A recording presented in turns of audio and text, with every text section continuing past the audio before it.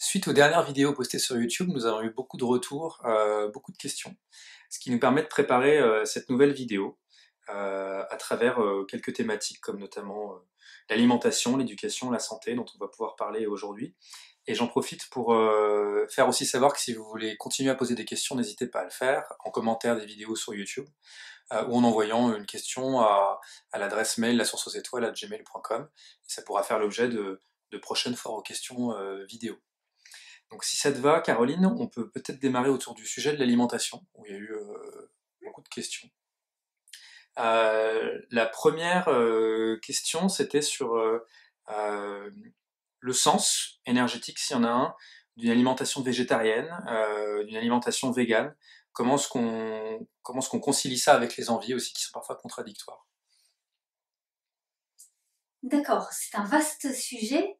Alors, je pars toujours, puisque je suis une femme de terrain, mon propos part toujours de ce que j'ai pu expérimenter. Donc, j'ai eu en termes d'alimentation, j'ai eu plusieurs phases dans ma vie. J'ai été éduquée dans une famille où l'alimentation était omnivore, avec une cuisine traditionnelle française. Euh, et puis, lorsque j'ai quitté mon foyer pendant mes études, je suis allée très naturellement vers une alimentation de plus en plus végétarienne, jusqu'à la période où je me suis formée et j'ai pratiqué le yoga de façon intensive, et où assez naturellement, par concordance aussi avec la pratique du yoga, je suis devenue totalement végétarienne, végétarisme que j'ai maintenu pendant, on va dire, une petite dizaine d'années. Euh, je dirais que après 20 ans d'alimentation traditionnelle, le végétarisme m'a été bénéfique en ce sens que j'ai retrouvé, en parallèle de la pratique du yoga, un affinement de mes sensations, un allègement global, physique, énergétique, à l'époque je ne le savais pas, mais énergétique également, psychique très probablement. Et en parallèle de la pratique du yoga, cette précision, cet affinement, j'habitais à l'époque en région parisienne, est devenu au bout d'un certain temps difficilement conciliable, à savoir que je devenais à la fois de plus en plus sensible concernant les sensations cohérentes à la vie, les sensations naturelles, mais je devenais aussi de plus en plus sensible à des choses comme la qualité de l'air, euh, la, la... Alors pour exemple, lorsque j'allais à Paris intramuros, j'avais systématiquement des maux de tête parce que la qualité de l'air était différente de là où j'habitais et cela me devenait du coup difficile. Et donc j'étais tellement quelque part affûtée entre ma pratique euh, du yoga et le végétarisme que j'en étais quelque part un petit peu handicapée dans ma vie sociale. Donc cette hypersensibilité s'est aussi manifestée, par exemple, c'est aussi la qualité de l'air, mais si j'allais, par exemple, manger une crêpe, que j'avais envie de prendre du cidre, le cidre est quand même pas très chargé en alcool, le simple fait d'apporter le verre au-dessus de mon nez, je sentais l'alcool me monter à la tête et même en boire était du coup inutile, j'avais les effets tout de suite. Donc pour toutes ces raisons, j'ai souhaité à un moment donné en fait faire marche arrière légèrement pour rééquilibrer dans mon vécu global, mon expérience de la vie quelque part, et aussi socialement avoir plus de facilité dans, bon, tout le monde le sait ici, je suis très gourmet, et de ne pas me limiter non plus dans l'approche des cuisines du monde, voilà, et également d'un point de vue amical, pouvoir aller manger où je voulais, quand je voulais. Donc ça reste quand même une gestion tout court. Alors, en ce qui concerne l'alimentation, alors déjà, euh, j'étais végétarienne, mais je mangeais quand même des produits d'origine animale. Donc, j'ai mangé des produits laitiers. Il se trouve que dans ma structure, tout ce qui est relatif au lait fermenté me fait du bien. Le yaourt, le fromage blanc, c'est quelque chose que je sens physiquement. Ça fluctue avec les saisons. Je mange plus volontiers du yaourt en saison chaude et des produits fermentés en saison chaude. C'est quelque chose d'important à signaler. Et je rebondis là-dessus également pour du coup souligner le fait que je suis intimement convaincue de par mon expérience que les régimes alimentaires ont aussi à voir avec le climat, la culture certainement, mais aussi avec le climat et avec les endroits dans le monde où on est en fait. Et que lorsqu'on voyage, on peut être amené à changer notre alimentation pour des raisons culturelles peut-être, mais aussi pour des raisons liées à un environnement environnemental, et que notre environnement intérieur se met en résonance avec l'environnement extérieur et qu'il y a une interaction qu'il ne faut pas oublier. Tu allais poser une question. Pour s'adapter. Pour s'adapter, ouais. Voilà. Donc je n'ai pas été, j'ai été végétarienne mais en consommant des produits d'origine animale. J'ai consommé des œufs aussi également. Ce que j'ai pu observer dans mon alimentation, c'est que l'alimentation aussi change en fonction des périodes de la vie. J'étais étonnée un jour où je consultais une personne qui travaillait en naturopathie et qui s'intéressait par exemple au régime alimentaire adapté au groupe sanguin. Elle avait lu et pratiqué donc certains régimes alimentaires selon certains groupes sanguins. Et selon mon groupe sanguin, qui est O+, elle m'avait dit par exemple « Ouh là là, ne mange surtout pas de pommes de terre, les pommes de terre c'est poison pour toi ». J'étais dans une période où je mangeais beaucoup de pommes de terre et j'ai pas tenu compte de ce conseil théorique car il n'était pas en adéquation avec mon ressenti. La pomme de terre aussi, il est parfois dit que la pomme de terre n'est pas conseillée crue. C'est un aliment vers lequel cru je vais instinctivement à certains moments et je suis sûre que ça rééquilibre quelque chose. Soit dit en passant quand même, dans d'autres régimes alimentaires, on utilise des jus de pommes de terre parce que c'est alcalin, c'est-à-dire que ça neutralise l'acidité, notamment une acidité de terrain mais aussi une acidité gastrique. Que selon notre état émotionnel, notamment au niveau gastrique, on peut avoir des fluctuations de notre acidité et que notamment donc la pomme de terre crue permet en tous les cas par usage externe d'avoir une équilibration ponctuelle mais tout à fait intéressante. Alors en ce qui concerne la viande, j'ai fait des expériences tout à fait étonnantes. Alors déjà, j'ai pu constater que, étant une femme, dans les périodes, et ça beaucoup de femmes ont pu en témoigner, en lien avec les périodes de menstruation, nous avons des pertes de sang qui sont plus ou moins importantes, et même indépendamment de la quantité de sang évacué, beaucoup de femmes ont envie de manger de la viande, ou de manger de la viande même rouge, en période de menstruation, et je pense qu'il y a réellement un lien avec la résonance du fer, et j'insiste, du fer incarné, donc animal.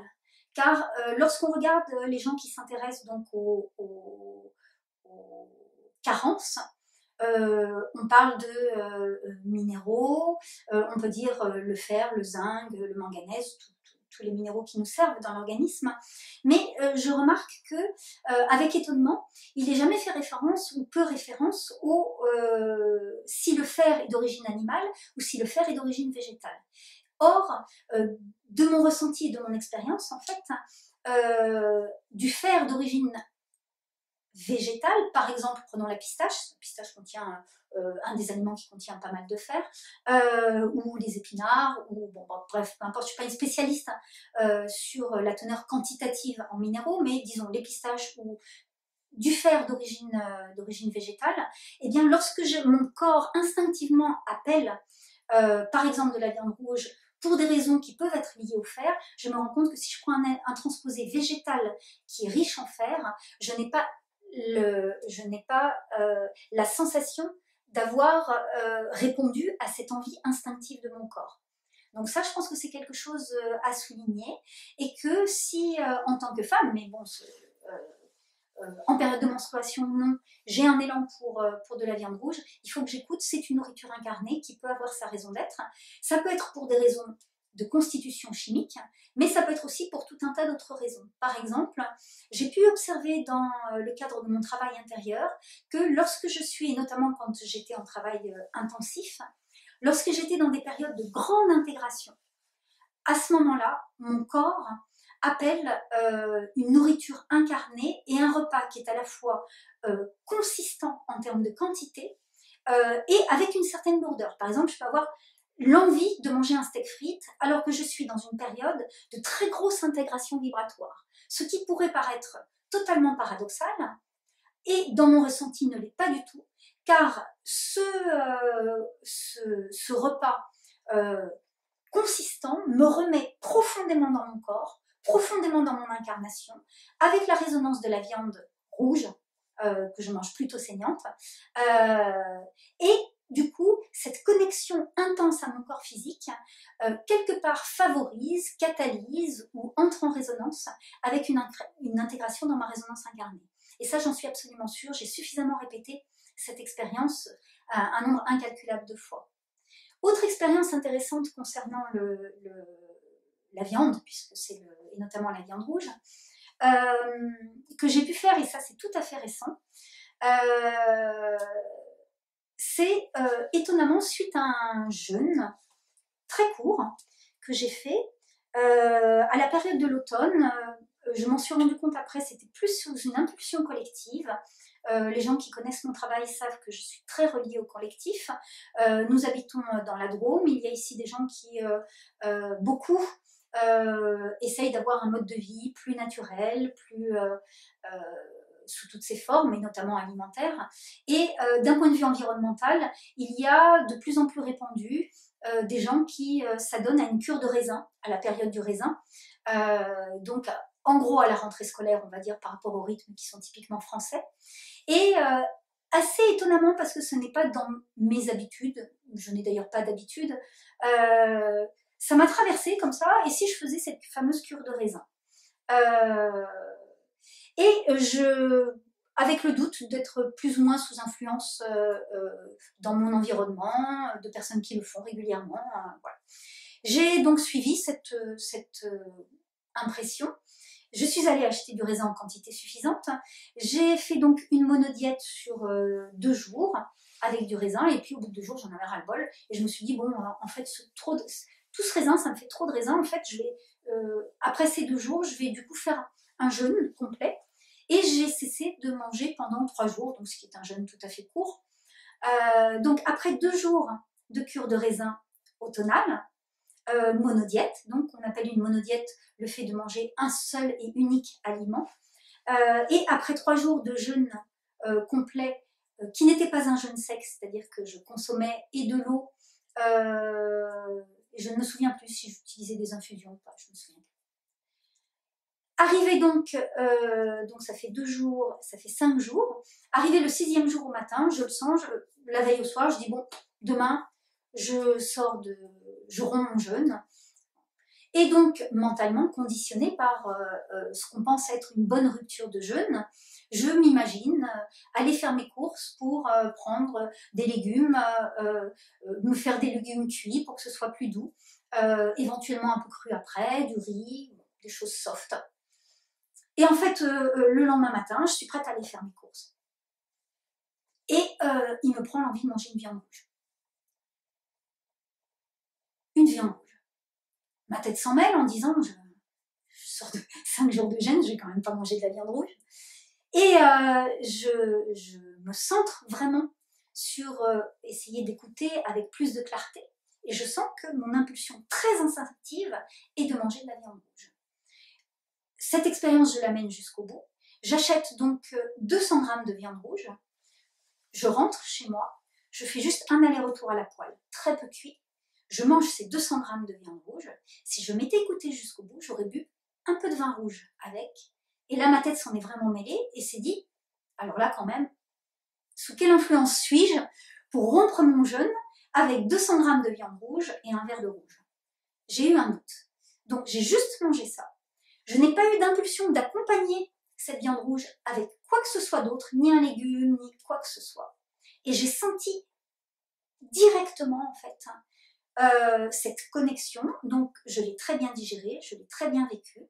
Et ensuite, je suis allée méditer sur cette expérience peu commune pour moi, presque paradoxale, voire même contradictoire, certains diraient. Je me suis mise en méditation et j'ai écouté ce qui se passait. Et en écoutant comprenant ce qui se passait, j'ai eu cette grande surprise d'une part de voir que l'impulsion de ma monodiète de raisin était effectivement sous influence collective. Donc j'en profite pour rappeler cette certitude que j'ai de par mon expérience que bien plus souvent qu'on ne le pense, et vous voyez, comme dit l'adage, ce sont aussi les cordonniers les plus mal chaussés, et j'ai beau avoir beaucoup l'habitude de les répéter très souvent dans mes ateliers ou dans mes consultations, que selon mon expérience, si nous n'y prêtons pas attention, nous sommes conditionnés à peu près, ça peut être jusqu'à 80% par le collectif, eh bien j'ai été rattrapée par ce conditionnement collectif environnemental qu'à cette période-là, il est bon pour soi de faire une cure de raisin. J'ai donc vécu cette influence tout à fait bien, j'en ai profité pour faire cette expérience, et je me suis rendu compte que cette impulsion instinctive que j'ai eue de rompre mon jeûne de façon tout à fait contradictoire, voire paradoxale selon les théories, avec de la viande rouge, a contribué à réajuster un collectif tout aussi environnemental, à savoir que ce qui est important, et je le répète souvent, ce n'est pas ce qu'on fait, c'est l'énergie qui est là sous-tend. Et lorsque l'on fait un jeûne, il est très important de porter son attention sur le fait de ne pas être majoritairement dans une énergie de privation. Première chose. Et deuxième chose, lorsqu'on est dans une énergie de privation, de ne pas être dans un jeûne plus prolongé, dans une désincarnation, sans s'en rendre compte. Et donc je me suis rendu compte qu'en fait, ce réajustement m'a réajusté par rapport à l'induction collective, que en faisant ce jeûne et cette monodiète, je me suis mise dans, on va dire, la mouvance des gens qui se mettaient en diète et en jeûne à ce moment-là, et que ce collectif-là, à ce moment-là, était d'un certain point de vue trop désincarné, et aussi trop dans une énergie de privation. Donc, ça voulait dire que aussi, dans la reprise de jeûne, alors ça c'est valable pendant la période de jeûne, mais ça aussi pendant la période de reprise de jeûne, si voilà, on est trop en dualité à l'intérieur, et vous mettez ça sur le compte d'un collectif également, si vous avez sur 100 personnes qui font un jeûne, 80 personnes ou peu importe, en tous les cas plus de 50% de personnes qui sont dans la privation, soit pendant, soit au moment de la reprise de jeûne, eh bien ça va déséquilibrer, et j'ai donc vécu ce jeûne dans les meilleures conditions. Il m'a fait beaucoup de bien, je l'ai vécu dans les meilleures conditions, et pour moi, ce qui était juste à ce moment-là, individuellement et collectivement, a été de le faire sous cette forme-là. Très surprenant. Je pense que ces propos vont certainement être, d'un point de vue théorique, très contestés, mais je peux tout à fait assurer que c'était ajusté. Pour être bien clair, quand tu parles d'énergie de privation, ça veut dire qu'il y a potentiellement des gens, quand ils font un jeûne, qui le font pour les mauvaises raisons et qui se forcent alors que leur corps ne l'appelle pas.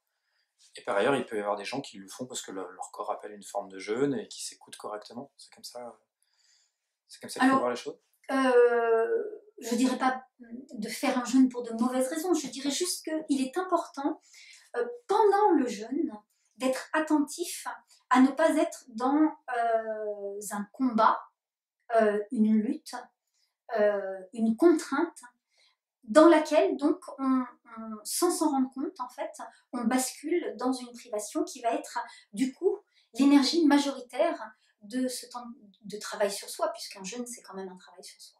Et il y en a forcément un peu de la privation. Il y en a de toute manière. Après, le problème n'est pas que cette sensation de privation émerge. Le problème, c'est comment on la vit, en fait. De l'utilité de méditer, de façon à pouvoir accueillir avec équanimité, ne pas entrer en réactivité par volontarisme, alors que l'on médite en étant assis, que l'on médite par une promenade méditative, peu importe, à chacun de trouver sa forme. Mais je pense que ça c'est très important, et c'est peut-être pas suffisamment dit. Parce que le jeûne est toujours considéré sous sa forme la plus physique, c'est-à-dire arrêter de manger. Mais il y a sa forme énergétique et il y a sa forme, on va dire, plus en dimension de conscience, qui est celle que j'essaye d'illustrer. Il y a un fil rouge dans ce que tu viens de dire qui est le végétarisme, qui est la viande rouge, et on n'a pas abordé le thème de la moralité face à la biologie, justement. Ça m'amène à une prochaine question qui était le sujet de la souffrance du règne animal aujourd'hui. Et tu n'as pas expliqué pourquoi tu étais devenue végétarienne progressivement. Ou alors j'ai mal compris. Ce serait intéressant que tu nous expliques qu'est-ce qui t'a amené. Est-ce que c'est juste un ressenti pur et simple? Et, et comment tu vis aujourd'hui la souffrance du règne animal? Est-ce que le fait de manger de la viande rouge de temps en temps, parce qu'on en a besoin pour l'incarnation, n'a pas forcément besoin d'être mis en opposition avec une forme de moralité? Euh, Comment tu vis ce thème-là? Alors, je relativiserai juste une partie de ta question qui est d'avoir dit qu'on a besoin de manger de la viande rouge. Je ne suis pas sûre que tout le monde ait besoin de manger de la viande rouge. Ça, je ne sais pas. Je ne sais pas. Donc, je prends appui sur l'expérience qui est la mienne. Il existe peut-être dans le collectif humain des personnes pour lesquelles il est tout à fait bénéfique d'avoir un régime totalement végétarien et à vie. Tout existe. Chaque cas est différent. Un de mes sujets favoris est toujours d'éviter de normaliser, de mettre une norme qui soit bonne pour tout le monde, en fait. Donc, je peux tout à fait accueillir que ce soit vrai pour une personne, que ce soit tout à fait ajusté au sens de sa vie. D'en faire une norme, je ne suis pas sûre. En ce qui me concerne, donc, il a été utile d'être végétarienne stricte pendant un temps et de ne plus l'être. En tous les cas, ça n'est plus le cas aujourd'hui. Ensuite, alors, pour quelles raisons je suis allée vers le végétarisme? C'est un mélange de choses.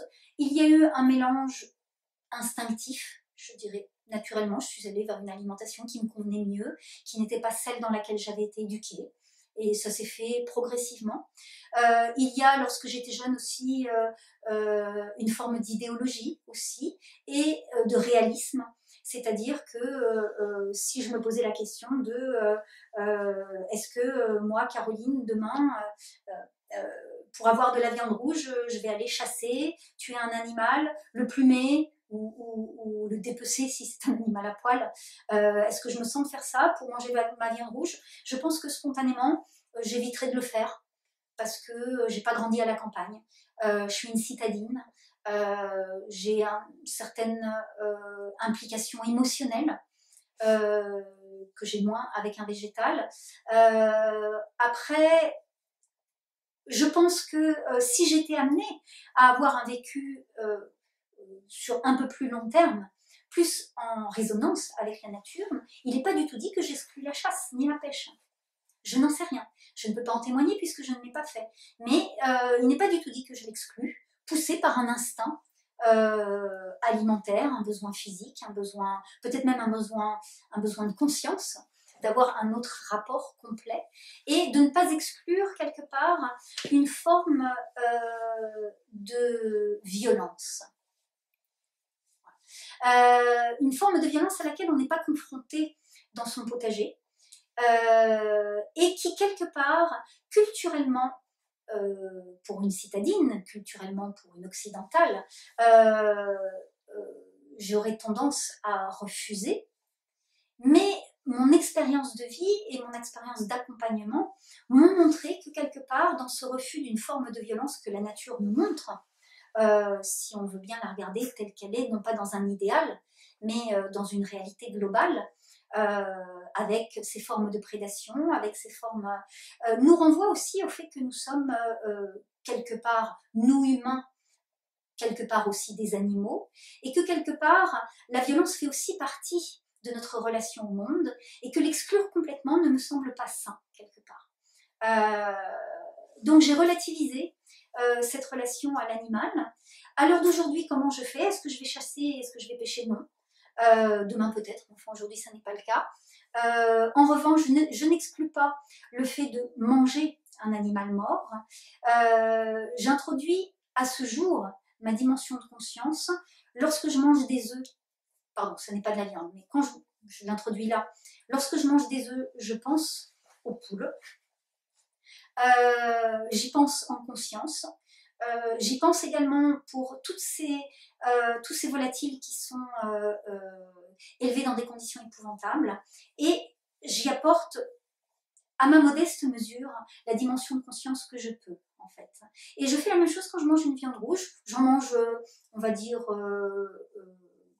peu fréquemment. Donc c'est facile de le faire. Si je le faisais quotidiennement, peut-être que... Mais je le fais. Et donc j'ai une pensée pour l'animal d'où est issu ce morceau de viande. J'ai une pensée qui est la mienne, qui est une pensée de mon amour pour la vie, tout simplement. Et je pense que ceci contribue à... ce qui est important, c'est pas ce qu'on fait, c'est l'énergie qui la sous-tend aussi. Et de mettre une résonance plus globale. Car aujourd'hui, dans le mode de vie qui est le nôtre, eh bien, il y a cette fameuse blague que les enfants, maintenant, pour eux, le poisson, c'est des barres de poisson pané, et qu'il est probablement des enfants qui n'ont jamais vu un vrai poisson et ne savent pas que le poisson pané qu'ils sont en train de manger et qui fait leur régal est issu du poisson. Et je pense que nous sommes quand même si on sait en tant qu'adulte que le poisson pané vient, on tombe quand même sous cette influence. Facile d'aller acheter sa viande, aller acheter son poisson surgelé et complètement oublier la résonance au règne animal qui lui correspond. Et je pense qu'il est utile de recréer ce lien de la façon dont on peut, si c'est pas en allant chasser ou en allant pêcher, en tous les cas déjà par la pensée, c'est déjà un début ou une tentative à la mesure de nos moyens. Est-ce que du coup tu penses que, donc, contrairement à une forme de radicalité qui peut être un petit peu dangereuse dans un sens ou dans l'autre, c'est-à-dire tout vegan, absolutiste, ou alors tout carnivore avec des œillères, il faut systématiquement essayer de s'écouter. Donc.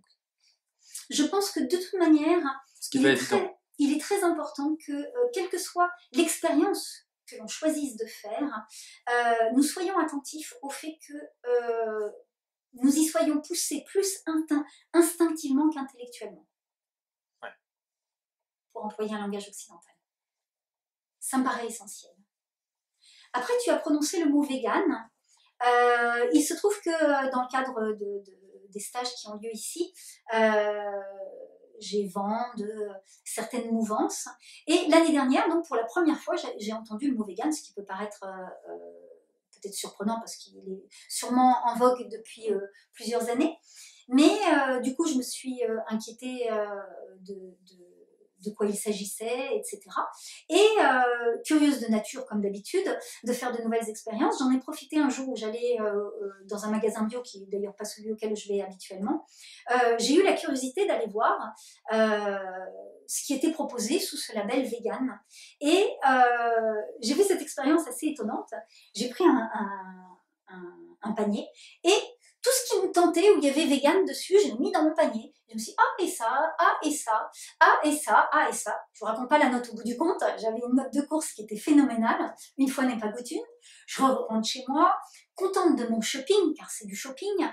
Remplir mon frigo, bon, c'est pas mon armoire, mais c'est une forme de shopping. Et commence mon expérience sensorielle et mon expérience humaine de rentrer dans le collectif vegan.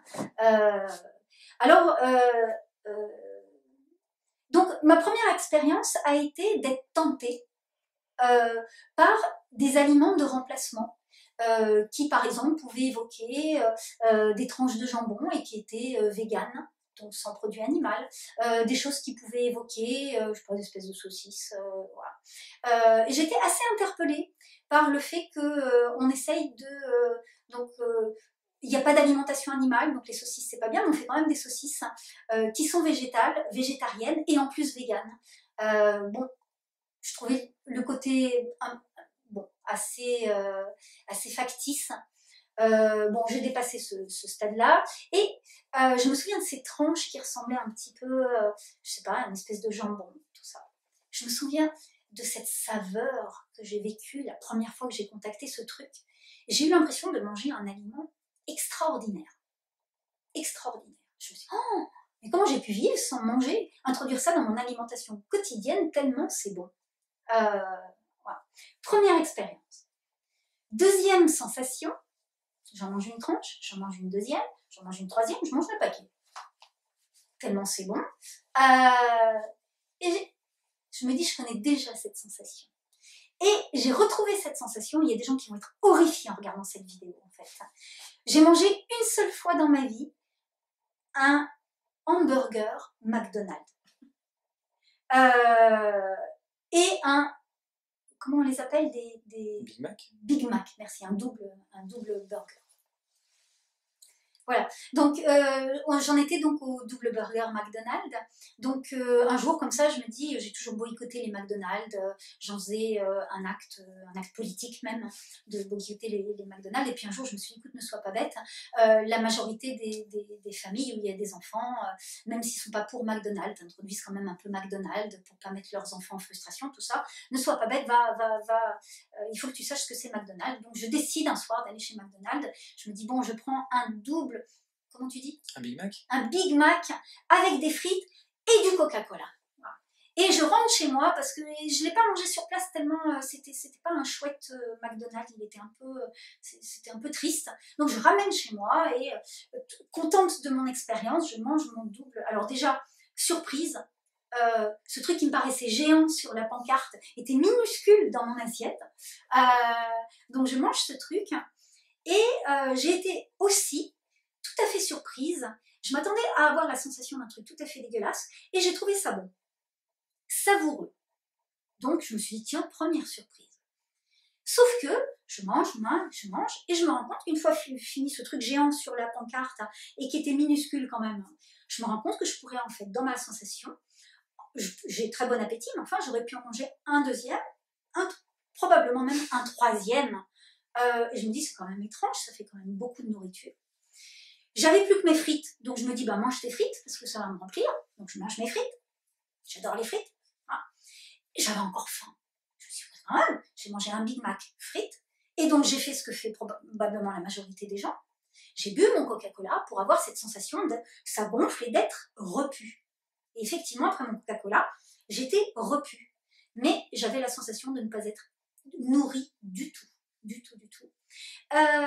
Chose que je ne vis absolument pas quand je mange à peu près 3 tranches de pain d'un super pain qui est fait par un paysan boulanger de notre région qui lui cultive ses céréales, des céréales anciennes, récolte ses céréales, fait sa farine et fait son pain. Je mange 3 tranches de ce pain-là et je suis complètement nourrie en termes de sensations, en termes de réplétion et en termes beaucoup plus global, évidemment.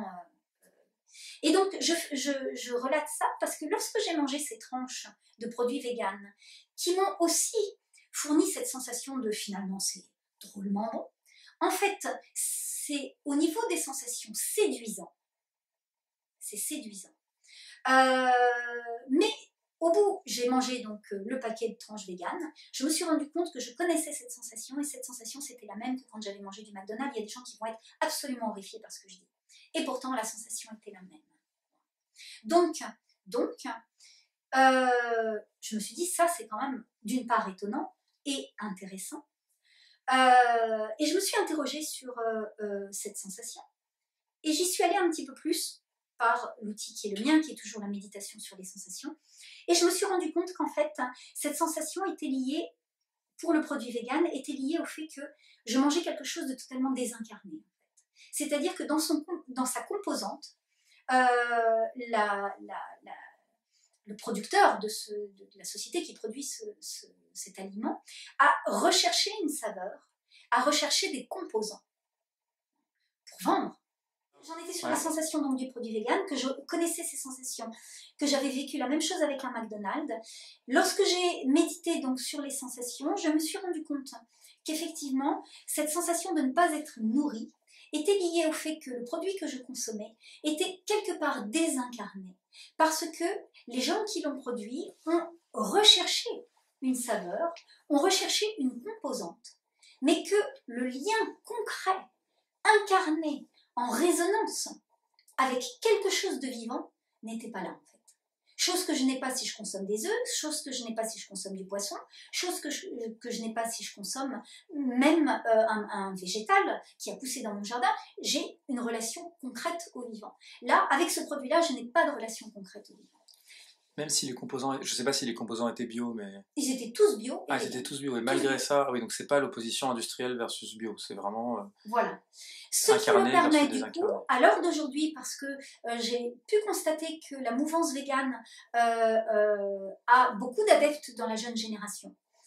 ou en tous les cas c'est le cas dans ceux que je contacte, et je mets en garde, je dis la jeune génération, mais peu importe la génération, c'est les jeunes que je vois en ce moment, je les mets en garde par rapport à ça en fait, c'est-à-dire de ne pas tomber sous prétexte d'idéologie, peu importe, et elle peut être tout à fait respectable et tout à fait bien fondée, de ne pas tomber dans l'écueil d'avoir une alimentation qui est déséquilibrée, car coupée de la réalité, coupée d'une vraie nature, ce qui est paradoxal parce que les gens qui investissent dans ce type de choix alimentaire recherchent aussi quelque chose de plus éthique en termes de nature.